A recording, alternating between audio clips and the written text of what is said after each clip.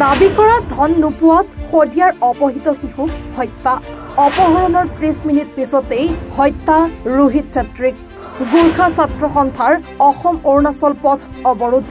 অৱশেষত এটা সপ্তাহৰ অন্তত উদ্ধাৰ হ'ল শদিয়াৰ পৰা অপহৃত 12 বছৰীয়া ৰোহিত বাহাদুৰ চেত্ৰীৰ মৃতদেহ। যোৱা 22 জুলাইত বিদ্যালয়ৰ পৰা ঘৰলৈ আহি থকা সময়তে অৰুণাচলৰ দুই দুৰ্বৃত্তই ৰোহিতক অপহৰণ কৰি নি দাবী কৰিছিল 25 লাখ টকা। বুধবাৰে অৰুণাচলৰ কালিখোলা 10টি দলঙৰ সমীপত পুতি থোৱা অৱস্থাত অৰুণাচল আৰক্ষীয়ে উদ্ধাৰ কৰে কণমানি ৰোহিতৰ মৃতদেহ। জানিব পৰা মতে ড্ৰাগছৰ বাবে এই নৃশংস কাণ্ড সংঘটিত কৰে অপহৰণকাৰীয়ে। প্ৰথমে অপহৰণ আৰু তাৰ পাছত হত্যা।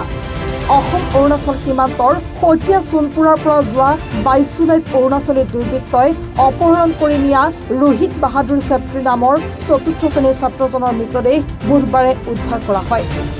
অৰুণাচলৰ কালিখোলা বস্তিৰ এখন দলঙৰ সমীপত পুতি থোৱা অৱস্থাত উদ্ধাৰ হয় ৰোহিতৰ মৃতদেহ।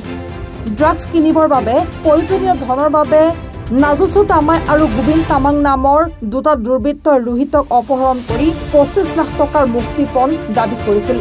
দাবী কৰা ধন নাপালে ৰোহিতক হত্যা কৰাৰো ভাবুকি দিছিল দুই নৰপিশাচে।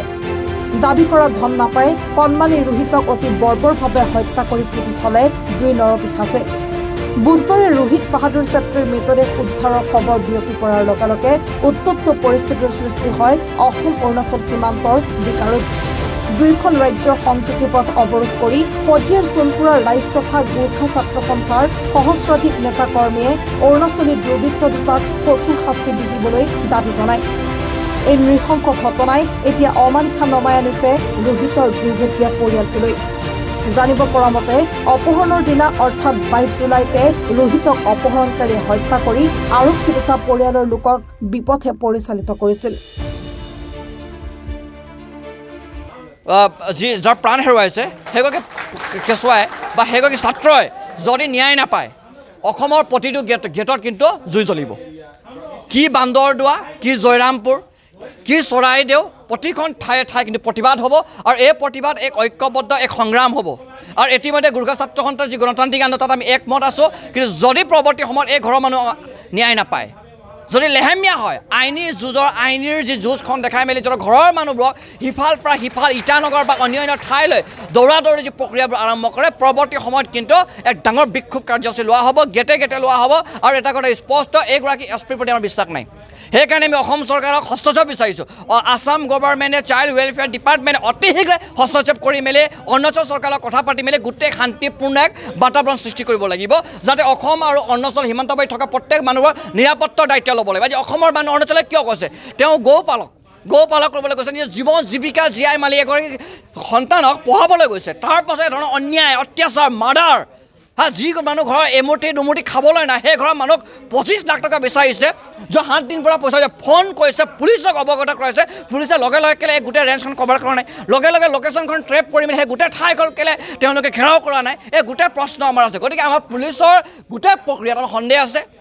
পুলিচৰ যি আজি সঁহাৰি একেবাৰে আমি সন্তুষ্ট নহয়। তাৰ উপৰি আমি ইতিমধ্যে অৰুণাচল প্ৰদেশ ষ্টুডেণ্টৰ লগত আলাপ আলোচনা কৰিছোঁ, আমি মিছমি ষ্টুডেণ্টৰ লগত বহিছোঁ, আমি আদিবাসী ষ্টুডেণ্টৰ লগত বহিছোঁ আৰু বিভিন্ন যি টাংচা ষ্টুডেণ্ট বিভিন্ন ষ্টুডেণ্টৰ আমি কথা পাতিবৰ কাৰণে প্ৰক্ৰিয়াবোৰ আৰম্ভ কৰিছোঁ।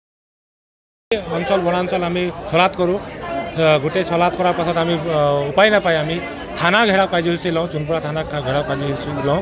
সেই থানা ঘেৰাও কাৰ্যসূচীত আমি অৰুণাচল প্ৰশাসন আৰু অৰুণাচল পুলিচ প্ৰশাসনক আমি 24 ঘণ্টাৰ সময়সীমা বান্ধি দিছিলোঁ।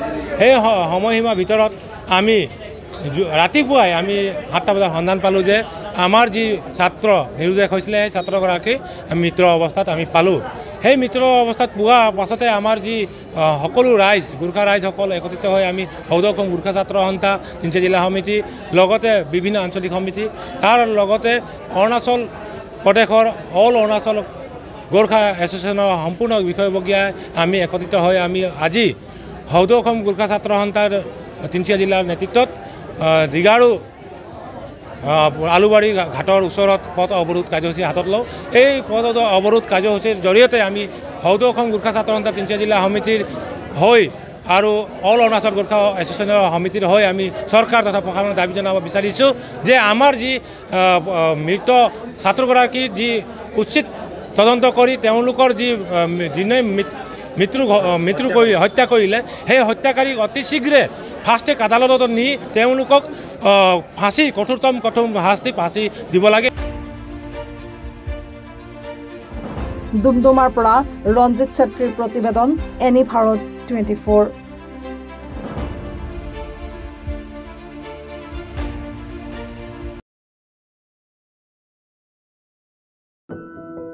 এনি ভাৰত 24ৰ প্ৰথম প্ৰয়াস জুবিন গাৰ্গৰ গীতৰ প্ৰতিযোগিতা।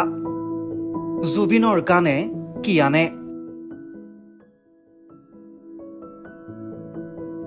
অডিশ্যনৰ বাবে যোগাযোগ কৰক 8638661821 আৰু 8812831556 নম্বৰত। এনি ভাৰত 24 উদ্যোগত এটা নতুন সংগীতৰ প্ৰতিযোগিতা আয়োজন কৰা হৈছে, য'ত মোৰ গানৰ প্ৰতিযোগিতা হ'ব। আপোনালোকে তাত প্ৰতিযোগী হিচাপে আহিবলৈ পাৰিব আৰু মোৰ ফালৰ পৰা আন্তৰিক শুভকামনা জনাইছোঁ। আৰু অনুষ্ঠানটোৰ নাম হৈছে গানে কি আনে। সকলোকে মৰম জনাইছোঁ, সকলোৱে আহক, ইয়াত অংশগ্ৰহণ কৰক। Thank you very much. Love U.